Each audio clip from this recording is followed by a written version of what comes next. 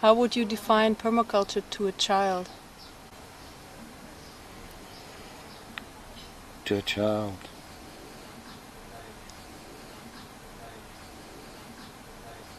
I suppose the simplest thing you could say is an attempt to build a good place to live.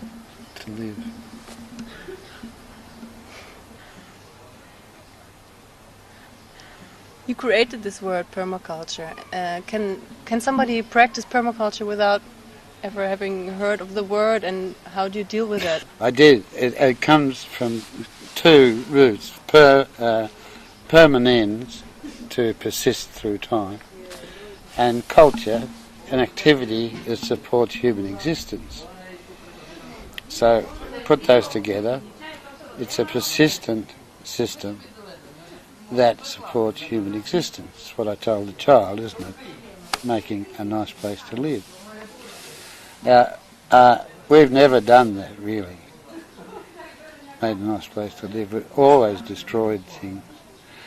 And there's very few old systems. The Efugao in the Philippines, been there 5,000 years on their rice terraces.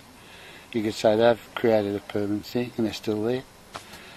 But I think they'll go soon. There's too many outside influences coming in. Somebody has told me their grandmother has practiced permaculture. I thought, clever woman. What he means is she grew her own plums and made her own jam and all this. And so did my grandma, and so did everybody's grandmother who's in the country. But permaculture is something entirely different. It has to deal with the monetary and legal structure in which you're living. We set up our own legal and monetary systems. It has to deal with the efficiency of your housing and of your settlement. And your grandmother never dealt with that, I'm afraid. If you look at the development of the permaculture movement over all these years, you created the term. What's the direction it's going into, you think? And do you like that direction? Oh, it never did have a direction. I describe what it is like as fishing. You teach a group, tell them to go teach. Off they go, they teach groups. You don't know who they'll teach.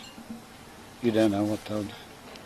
So they did it very successfully, and they're still doing it. So I suppose it's going on every continent. The direction it's going is towards the sea surrounding it, then it has to stop unless you're swimming. So that's the only direction is always onwards. Sometimes you might have to go back a bit, but not often. Are you happy with the state of permaculture today? I don't have any feeling about it, but one of gratitude, because there's such a lot of people I know, because they write to me and phone me and send me messages, that are out there doing what I used to do, and I'm just grateful, that's all. And what's your future wish? Do you have a future wish for permaculture? That it continues and it perfects itself. Because I see what I started as the beginning of something that should happen. It won't be me who can finish that job. I'll be dead, I'll be maggots, Hi, Geoff Lawton here. And this is a very sad time because Bill Mollison, the father of permaculture, and my teacher, my good mate, mentor, and in the last few courses that Bill taught, my co-teacher, Bill's passed on. And he's left us with an incredible legacy, the permaculture design system, which is really a revolution. I believe it's an evolution. It's an evolution of human thinking. It's the way we can turn things around. Instead of being the most destructive element on earth, we can be the most beneficial, the most productive, but environmentally recreative. We can be the element that repairs the earth while we supply our own needs. And this is what Bill's left us with. And this is the turning point. This is the point when we need to make a decision. Are we going to do this? Are we going to use this incredible design science that begins with ethics, this ethical design science? Are we going to use this to repair the earth so it can go on indefinitely for the future generations? We have the capability to create such an abundant living system, a system that's presently unimaginable. Or are we going to carry on in this destructive mode, not really caring that our actions are going to create an absolute catastrophe, a disaster, a situation we really don't want to really understand? I think this is the time when all caring, thinking people need to jump on the team of permaculture and get this done. We don't need any permission. It's always been, as Bill called it, peaceful sedition. You don't need authority. We can do this for ourselves. No one's going to come along and do it for us anyway. It looks like we are going to have to do it for ourselves. And we can. We can turn all the principles into directives to act. And that's what Bill wanted. Bill always used to say, doesn't matter how much information you have, information that is not acted on is useless. We need to take action. We need to go into action. Many of the people in permaculture have contacted me and said, we feel more committed now. We've got to get this done. So let's do it. Let's get on with it. Let's fix the world. Let's create that abundance that we know is possible, even though we can't even imagine it. Let's do it for ourselves. Let's do it for our families. Let's do it for our community. And let's do it for the future generations. The children of the world deserve it. Hi, I'm Geoff Lawton. I'm a permaculture teacher, designer and consultant, and I work all over the world. I've worked in more than 35 countries, helping people understand how they can live in a sustainable way.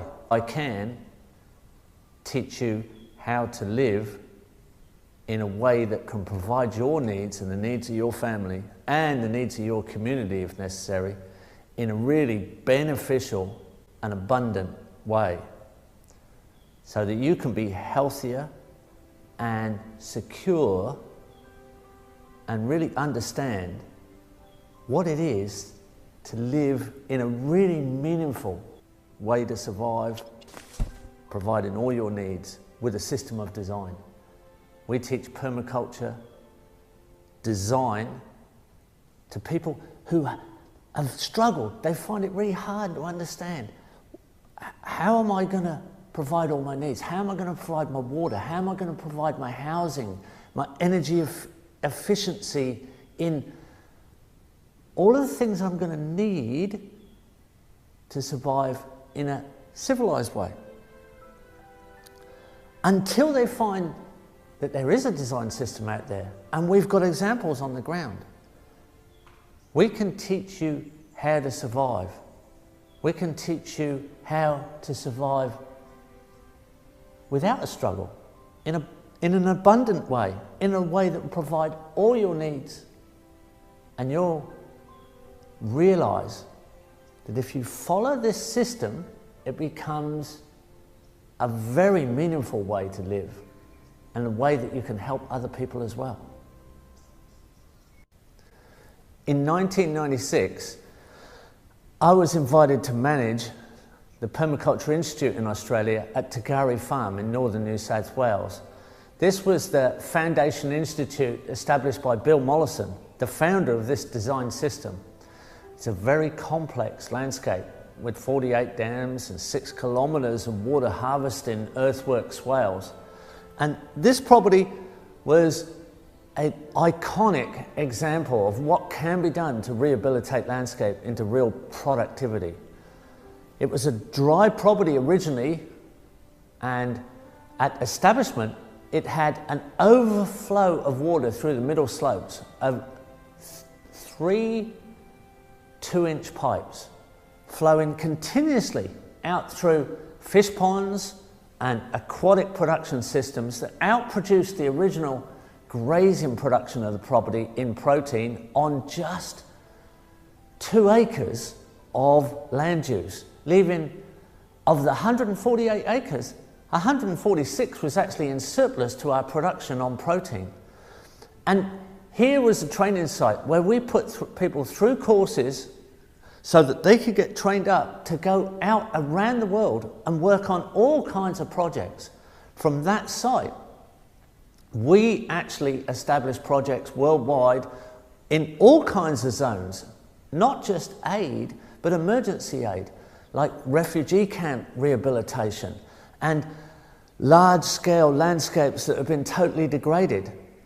I went from that experience on to work on aid projects in the Middle East, places like Jordan and the Dead Sea Valley, where we still work today. We established a project that became famous, and it got called the Green in the Desert Project. Those examples led us on more and more so that people became interested and the inquiry increased, and it still increases today. That's why more and more people want to know if there are going to be large global crises and you're getting results on such degraded land in small area to large area. Our design system works with the natural system. It harmonizes with the patterns of nature so that we actually repair the landscape as we provide our needs. Because of that, we're helping more and more people all of the time. We moved on to the new institute where we are now, the Permaculture Research Institute. It's a 66-acre farm, Zaytuna farm, and here, when we arrived, there was nothing. There was no roads, there was no dams, there was no water, no ponds, no tracks. It was just a burnt-out old farm and used as a basic grazing cattle system. We camped here originally. There was nothing here. The first thing we did, we set up water harvesting systems. We set up gravity irrigation from high catchment first, leading down so that we could put in our first gardens. We put in the long-term systems so they could get established, like food forests. With no connections to the outside world, we set up our own energy systems. We built our own houses and infrastructure that will work as very efficient systems that cool themselves and heat themselves and catch our own drinking water. More and more people started to come and see what we were doing, even when there was a large drought in the area, the worst drought in 100 years. Our local village was even cut off from water supply and only had basic water and limited amounts supplied in the street. We were irrigating all kinds of crops here to establish our first gardens and running quite a few sprinklers. Local people would come and ask, how are you irrigating? You're not supposed to be pumping water. There's a shortage of water, but we were oversupplied because we had gravity irrigation systems from water harvesting swales and ponds and dams uphill. We could gravity irrigate as much water as we wanted. And it's a simple system, yet people thought we were actually lucky. There's nothing lucky about that. That was often the comment, but this is design. So we could explain to people, you can design a property to be drought-proof. You can have an oversupply of water to irrigate. You can have a supply of all your own drinking water. You can supply all your own energy systems. We're not connected to the main grid. In fact, we're not connected to the outside world at all, apart from telephone. And now we have crop gardens that supply a great diversity of food. We have animal systems. We have small animals, chickens, ducks, rabbits. We even have goats we milk. We have house cows that we milk. We have beef cows. We even have horses for an alternative transport system if we need them. We have grazing systems that help rehabilitate the land. We have food forests that are advancing across the landscape. We have systems where the animals help us by cycling the animals first to condition the land so that we can plant long-term food forests and not only food but forests that will provide future building material. People now come here more and more for education. We provide 25,000 meals a year to students, staff and volunteers, most of which is all provided from the farm. We supply this as an example so that people can learn that you can do this for yourself. This we can teach anywhere. We've worked in climates that are as dry as possible, driest, hottest, degraded, tropical, large rain areas that have cold climates, deep snows, from the extremities of climate, from the large area to the overcrowded city, urban gardens, balcony gardens, how you can provide for your own needs, no matter what the limitation, whether it's a climate limitation or a space limitation, whether you're out in remote areas or you're overcrowded in dense populations. There are ways that you can design to provide for your needs and help other people do the same with cooperation. We can do this. We'd like to include you in that situation so that we can help get to a positive tipping point where we can help the world help itself move towards a much more positive and abundant future. I can provide you with a common sense establishment plan with this design system. It'll benefit the land, it'll definitely benefit you. Sure, we can teach you how to put in a vegetable garden, a food crop system that establishes really fast and actually builds good soil as you provide for your needs. But those are annual crops and you have to know how to save the seed to extend those systems, and you've got to get that right. There's quite a lot of detailed information that you need to understand, and you will enjoy learning it. You can go from a diverse, nutrient-dense food garden that will provide you with a lot of food and a lot of healthy nutrition. And you can go on to storage crops and main crops where you have to grow bulk food. And you've got to understand how to go about that. And it's not that hard, and it's quite fast. You can go on to animal systems, and you can go small animals, understanding how to breed the breed stock on, so you have good lines of animal strains, so that you've got very good breed lines, and larger animals and grazing systems if you've got that much land. If you haven't, it's okay. You can do a lot with small animals. You can do a lot with small gardens. That's all fine. We can teach you how to do the housing and the energy systems and the water supply. Fine. But food forests, perennial systems, long-term productive forestry, that takes a little bit longer. And it's very special because this system, the larger system, the kind of ecosystem of long-term productivity for food and building materials and fibres, those diverse perennial systems, not much recognised, need to be established quite early because they take a while to establish, but they're incredibly valuable because they have long-term security. If you get Lots of marauding people wanting to come and take your system down. They're hungry, they're looking for food. They're going to come and eat your vegetable garden out, and you're not going to have any seed crop left to grow your next garden. Unless you know how to save a seed, unless you know how to keep that seed and keep it viable. I can teach you that. If they see your animals, they're going to take your animals, they're going to eat them. It's pretty hard to hide your breed stock now.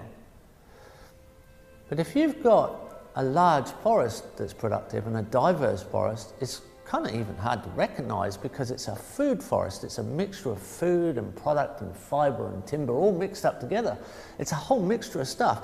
There might be some fruit ripe and that might get taken, but there's going to be fruit that's ripe at different times of year, and people are only going to arrive in one mob maybe, and they're not going to chop the forest down. They're hungry. They're not going to put all that extra effort in to destroy your system if it's a large standing forest. So you've got something of great security. You've got something that will last. You've got something that, if people do recognize it, it's going to be impressive. They're going to want to know, how do I do that? Maybe you've got something to share, and maybe you're worth cooperating with, and you have got something to help people with. From that larger security system, you can build back to real survival again.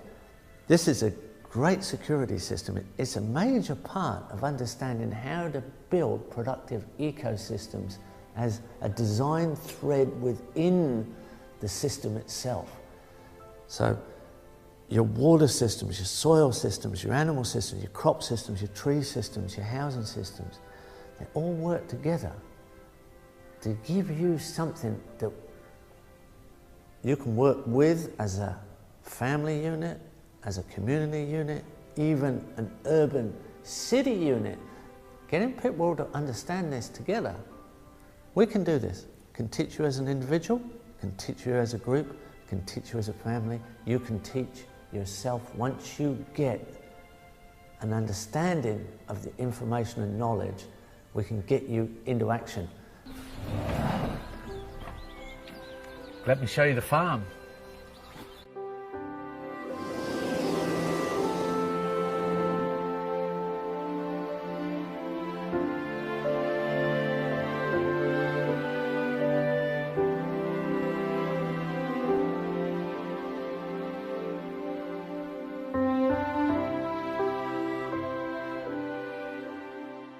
Here we are between two swales. In fact, there's a third swale, there's a fourth swale. There's a fourth swale at the top of the hill, an older swale, a newer swale just above the driveway on contour, then a swale following below on contour that's quite well treed, and there's actually a swale down below.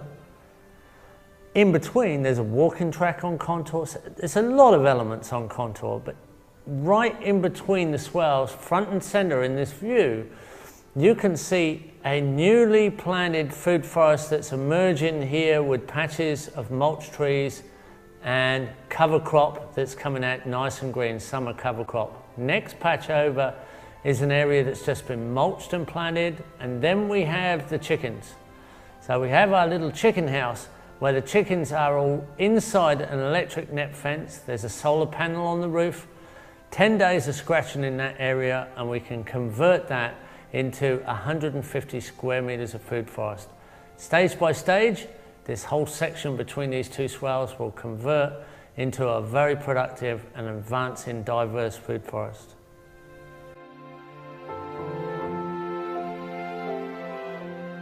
We've got the dairy laneway here, and this is a really high nutrient patch of ground because the cows are often shut in there at night while the calves are put into the pen.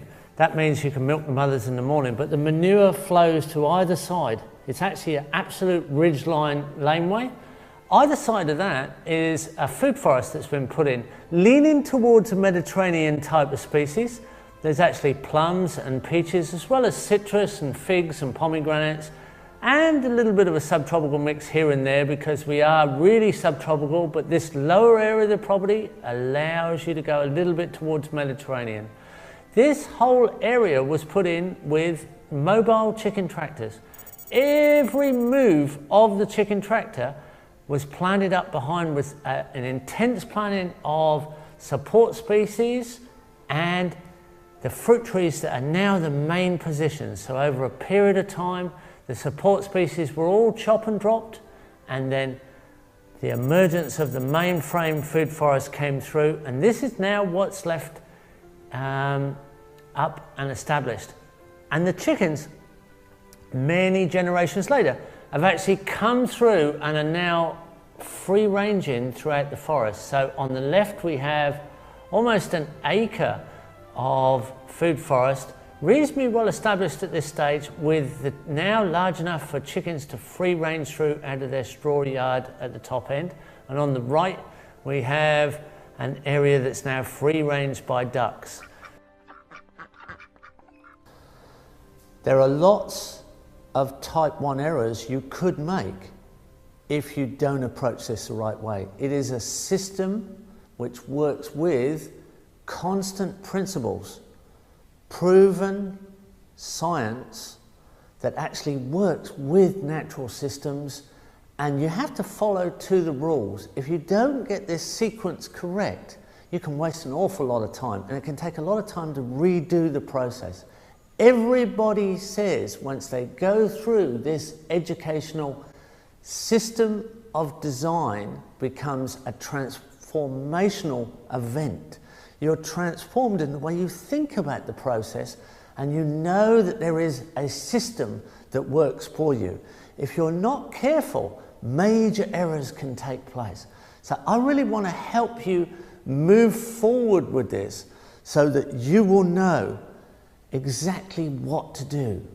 And this will work so that I can give you 3 major approaches, the main 3 elements to start an exercise of assessment, rural and urban. If you want to get onto a large piece of land, how do you assess it? I can help you with that. I can give you a checklist of what to look for.